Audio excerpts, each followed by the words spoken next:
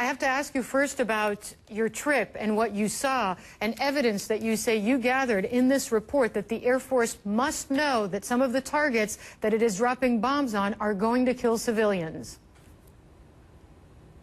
Well, we have been investigating these airstrikes since they started last summer in 2012, and we have documented 59 unlawful attacks that we described in this report. But just yesterday, I was in Aleppo City and I documented 4 recent attacks that follow the same patterns. And what we have found is that the Syrian government has conducted both indiscriminate attacks, attacks that are not distinguishing between civilians and combatants, and in some cases we believe that they have even deliberately targeted civilians. Right, because Ula, it's one thing that they're targeting an area they believe rebels are hiding in, and by the way, we killed civilians. That's one thing that is horrific in itself. But then it's entirely a different thing to say that you've gathered evidence that when civilians are waiting in line for bread outside a bakery, that perhaps the Syrian Air Force is deliberately killing these people.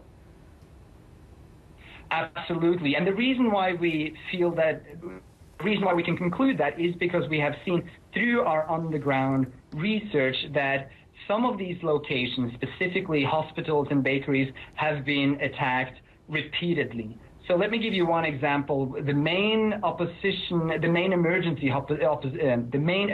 hospital in opposition-controlled area, for example, has been attacked at least 8 times. And when you attack one building 8 times like this, it is not a coincidence.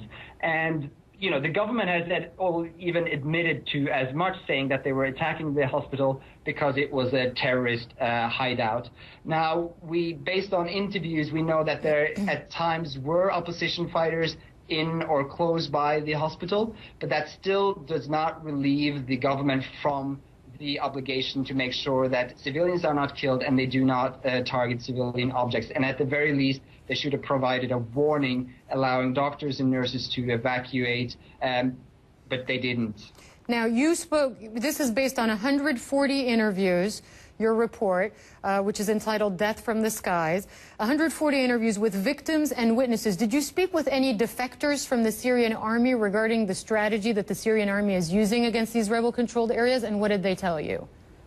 Well, we spoke to 4 defectors from the Syrian Air Force, and what they told us corroborated the findings that we had from these interviews with witnesses. But also, I want to emphasize that we personally visited all these attacks, the sites of the airstrikes.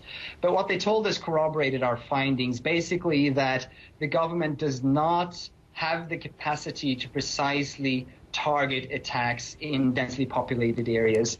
And that, you know, they also claim that part of the motivation for these attacks was to terrorize the population and to show them that life in opposition-controlled area, that it is dangerous and not sustainable. Now, did these defectors say that the Air Force pilots were given direct orders to target civilians? No, we don't know enough about the specific orders that were given. We have not been able to interview the pilots themselves. In many of the cases, we were able to identify possible military targets in the vicinity when we talk about the indiscriminate attacks. But the problem is that in most of these cases, the pilots just missed. In one case, I was able to count 8 strikes around a building that had been used by opposition fighters, but not a single one of them actually hit the house. Instead, they hit civilian houses, killing civilians and destroying property. But also one important point here is that many of these strikes happen in places that have not seen any ground fighting for months. These have been in opposition-controlled areas. The local government, local residents have been trying to get back to normal life, and the main risk that they're facing are these sudden airstrikes that are completely unpredictable. And I just want to show some of the video as well. I mean, we've actually cut this video. I'll tell our viewers this because the raw footage is absolutely horrific. We don't want to impose that on anybody who doesn't choose to actually watch it. It's available online. But I have to ask you about about your experience. I mean, how hard, how difficult is it to document all this? Clearly, you're not going to get a government escort opening up checkpoints for you, and it's very dangerous.